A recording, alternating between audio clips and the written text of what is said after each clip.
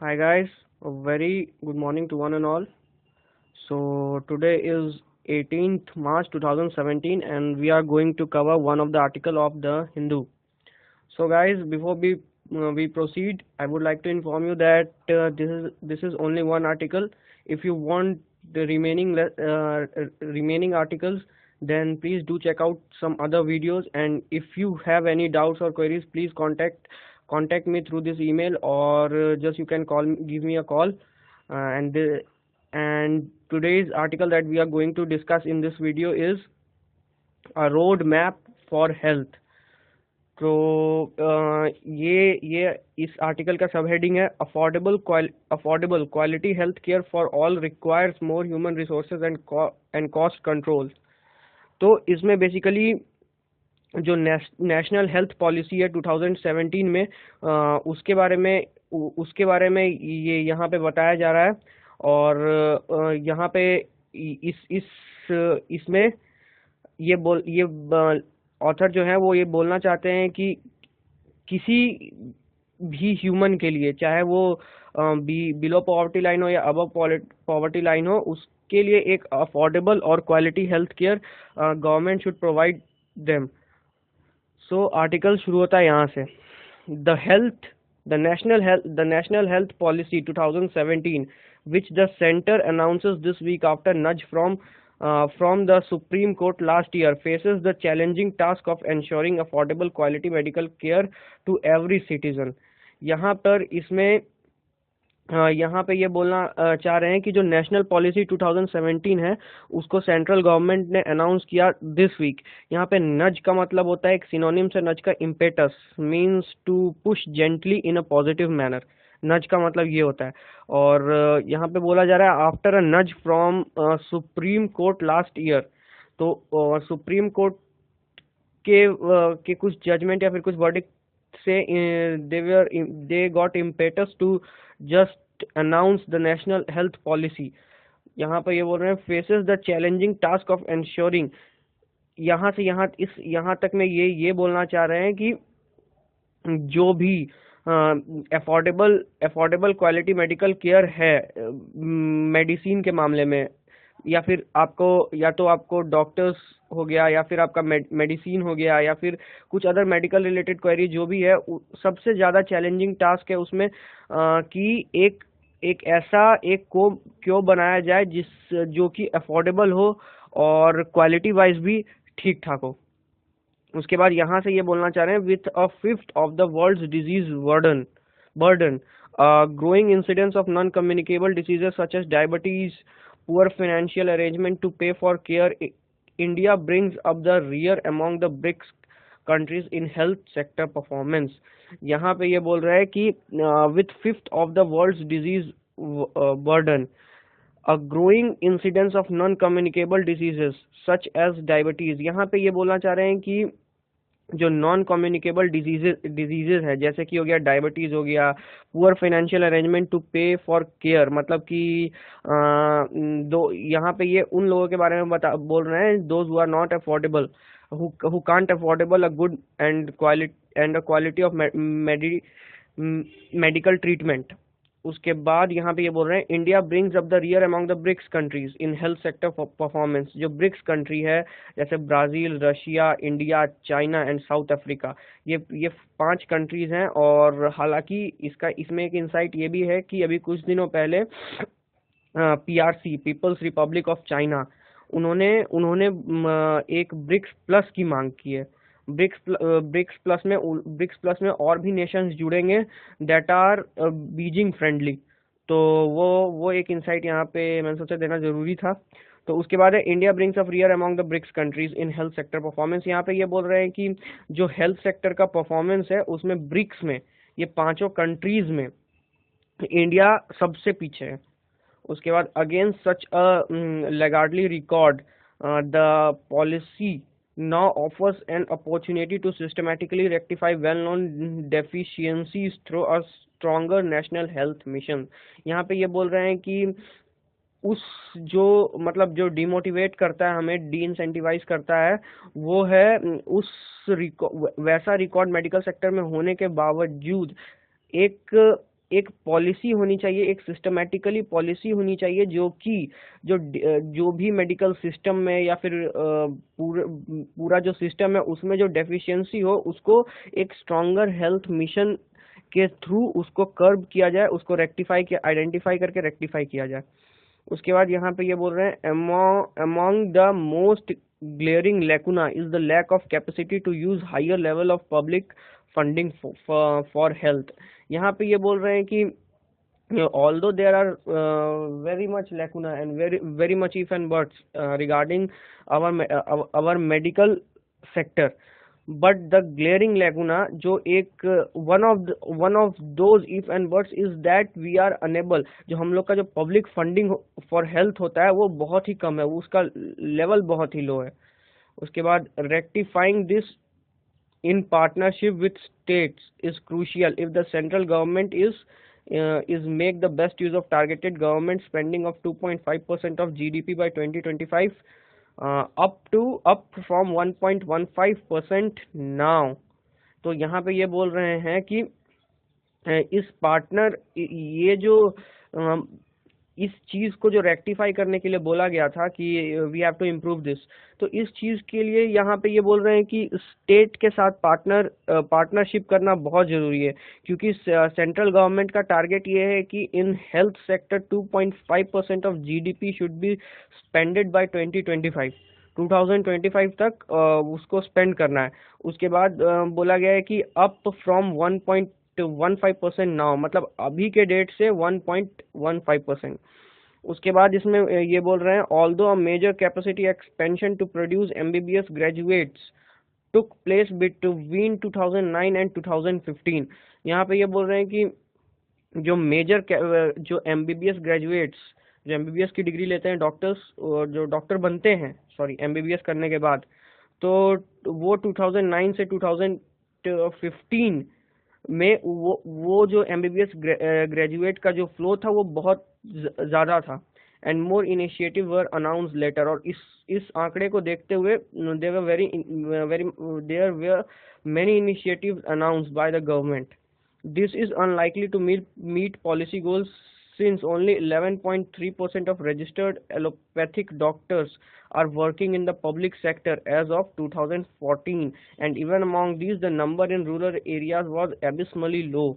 तो यहाँ पर ये बोल रहे हैं कि ये वाला जो यहाँ पे जो गवर्नमेंट ने 2.5% of GDP bye 2025 up from 1.15% now, ये जो यहाँ पे इन्होंने बोला है इसको फुलफिल करने के लिए ये यहाँ पर जो ग्रेजुएट्स का जो फ्लो था, जो यहाँ पे जो था 2009 एंड 2015 के बीच में, वो बोलना चाह रहा है द हिंदू की दैट इज नॉट सफिशिएंट, क्योंकि डेटा के हिसाब से अभी भी only 11.3% of registered allopathic doctors were working in the public sector, rest are in private sector.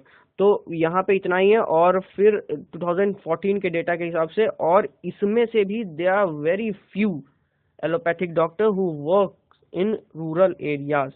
अब यहाँ से ये बोल रहे हैं कि more health professionals need to be deployed for primary care in rural areas. यहाँ पे ये बोल रहे हैं कि जो बहुत से जो प्रोफेशनल जो प्राइमरी केयर के लिए हैं, ब्लॉक में हो गया, विलेज में हो गया, तो उस लेवल पर बहुत सारे प्रोफेशनल को मेडिकल प्रोफेशनल को रिक्रूट करने की ज़रूरत है वहाँ पे। Availability of train doctors and nurses would help meet the new infant mortality and maternal mortality goals and build on the gains from higher institutional deliveries which exceeded 80% in recent years। यहाँ पे ये बोल रहे हैं कि जो availability of train doctors and nurses हैं वो इन्फेंट मोर्टेलिटी और मैटरनल मोर्टेलिटी गोल्स को इम्प्रूव करने में और उसको पॉजिटिवली इफेक्ट करने में वो सक्सीड कर सकते हैं if they are enough number of doctors in that particular region, doctors और नर्सेज और मेडिकल हेल्पर्स। तो अगर वो लोग होते हैं तो फिर इन्फेंट मोर्टेलिटी और मैटरनल मोर्टेलिटी गोल्स को अचीव करना कोई बहुत बड़ी बात नहीं हो जाएगी। एंड उसके बाद ये बोलते हैं and build on the gains from higher institutional deliveries which exceed 80% in recent year. तो यहाँ पे ये बोल रहे हैं कि जो नॉन इंस्टीट्यूशनल तरीके से जो डिलीवरी होती है बेबीज की विलेजेस में, क्योंकि वहाँ पे इंफ्रास्ट्रक्चर उतना डेवलप नहीं होता है, इंफ्रास्ट्रक्चर नहीं होता है, और फिर बहुत सारे वहाँ पे डॉक्टर्स नहीं होते हैं, कुछ फिनेंशियल प्रॉब्लम्स होती हैं, बहुत सारी चीज़ें होती है। तो उस वजह से क्या होता है कि जो इंस्टीट्यूशनलाइज तरीके से जो डिलीवरीज होनी चाहिए वो नहीं हो पाती है। वही यहाँ पे फैक्ट दिया हुआ है कितनी परसेंट होनी चाहिए, जो कितनी परसेंट एक्सीड करती है। उसके बाद contracting of health services from private sector may be inevitable in short term given that about 70% of all outpatient care and 60% of inpatient treatment are provided by it. यहाँ से यहाँ तक में ये बोलना चाह रहे हैं कि कॉन्ट्रैक्टिंग ऑफ हेल्थ सर्विसेज मतलब जो भी प्राइवेट सेक्टर में काम करते हैं वहां से उनका कॉन्ट्रैक्शन हो रहा है। जो भी 70% of outpatient care and 60% of inpatient treatment are provided by it. यहाँ पे ये बोल रहे हैं कि प्राइवेट सेक्टर में 70% आउट पेशेंट केयर होता है और 60% इन पेशेंट ट्रीटमेंट प्राइवेट सेक्टर ही प्रोवाइड कराता है इंडिया में। तो ये एक चीज़ ये भी बताता है कि जो सरकारी अस्पताल हैं उनकी हालत बहुत गंभीर है भारत में। तो but this require accountability both on the quality and cost of care. No more time should be lost in informing regulatory and accreditation agencies for healthcare provider at national and state levels as suggested by expert groups on universal health coverage of the planning commission more than 5 years ago। ये यहाँ पे basically बताया जा रहा है government की scheme के बारे में कि पहले क्या था, क्या क्या हुआ। वो सारी सिंपल इंग्लिश है, पढ़ने से समझ में आ जाएगी। Without such oversight, unethical commercial entities would have easy backdoor access to public funds in form of state-backed insurance. तो यहाँ पर जो बताया गया था गवर्नमेंट स्टेप के बारे में, यहाँ से यहाँ पर जो मैंने अभी बोला कि सिंपल इंग्लिश में समझ जाएंगे, तो उसी का यहाँ पर एक ड्रॉबैक और एक लैकुना दिया जा रहा है। हालांकि एक बार इस मतलब छोटे तौर पर इसमें यही बोला जा रहा है कि जो भी आपका जो रेगुलेटरी और एक्रेडिशन एजेंसी है, जो हेल्थ केयर प्रोवाइडर्स जिनको नेशनल और स्टेट लेवल पर एक्सपर्ट ग्रुप के द्वारा उनको एक्रेडिशन दिया जाता है, उसको एग्जेम्प्ट करने के लिए बोला जा रहा है इन सब लाइन में। मतलब वो नहीं रहेगा तो चलेगा, ऐसा बोला जा रहा है। जो एक्रेडिशन है वो नहीं रहेगा तो चलेगा। तो उसके बाद यहाँ पे बोल रहे हैं ये कि coverage of planning commission more than 5 years ago। अब उसका बोल रहे हैं कि विदाउट सच ओवरसाइट, मतलब बिना एक्रेडिशन के, अगर किसी एक्सपर्टाइज ग्रुप से अगर if you don't give them accreditation and सबसे पहली बात है कि if you don't give them accreditation then the standard of that medical institution will not recognized publicly. कैसे पता चलेगा किन्हीं को भी कि वो क्या है क्या नहीं है? जैसे फॉर एग्जांपल बहुत सारे कॉलेजेस होते हैं जिनके पास एफिलिएशन ही नहीं होता है। सेम चीज़ यहाँ पे स्टैंडर्ड चेक करने के लिए यहाँ पे एक्रेडिशन का होना बहुत ज़रूरी है। तो अगर वो चीज़ नहीं होगी और अगर वैसी चीज़ और उस तरह की ओवरसाइट नहीं होती है, तो जो अनएथिकल कमर्शियल एंटिटीज़ हैं, जो मतलब कि जैसे डॉक्टर्स भी, sorry it is politically incorrect बोलना, लेकिन फिर भी ये ओपन सीक्रेट है कि दे आर सम, मतलब कुछ डॉक्टर्स ऐसे होते हैं जो, या फिर कुछ हॉस्पिटल्स ऐसे होते हैं जहाँ पे बिना पैसा के इलाज नहीं हो पाता। वो अगर आपने पैसा नहीं दिया, वो उस डॉक्टर को पैसा नहीं दिया या उस हॉस्पिटल को पैसा नहीं दिया, तो पेशेंट की जान भी चली जाए तो उन्हें कोई फर्क नहीं पड़ता। या फिर बहुत सारे फर्जी होते हैं जहाँ पे इंफ्रा उतना बढ़िया नहीं होता है लेकिन दे एडमिट पेशेंट। तो इस तरह की जो अनएथिकल कमर्शियल एंटिटीज, यहाँ पे यही मतलब है उसका अनएथिकल का मतलब होता है कि जो एथिकल ना हो, मतलब मोरली इनकरेक्ट। तो उसके बाद यहाँ पे ये बोल रहा है कि would have easy backdoor access to public funds in form of state backed insurance।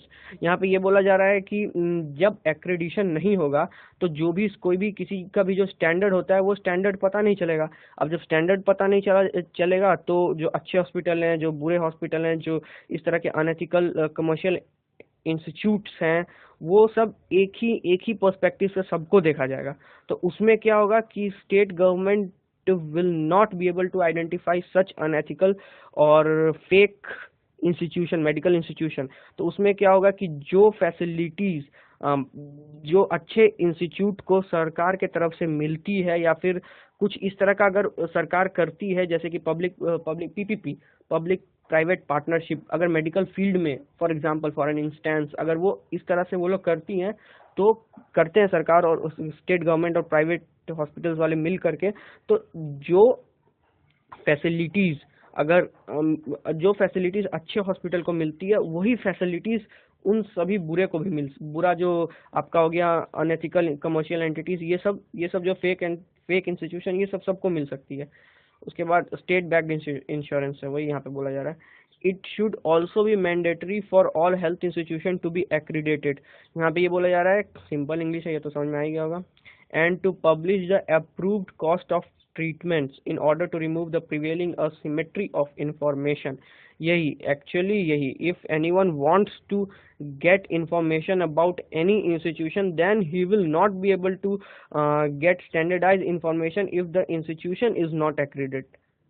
तो यहाँ पे ये चीज बोला जा रहा है कि वो मैंडेटरी है, it should be mandatory, that accreditation should not be removed.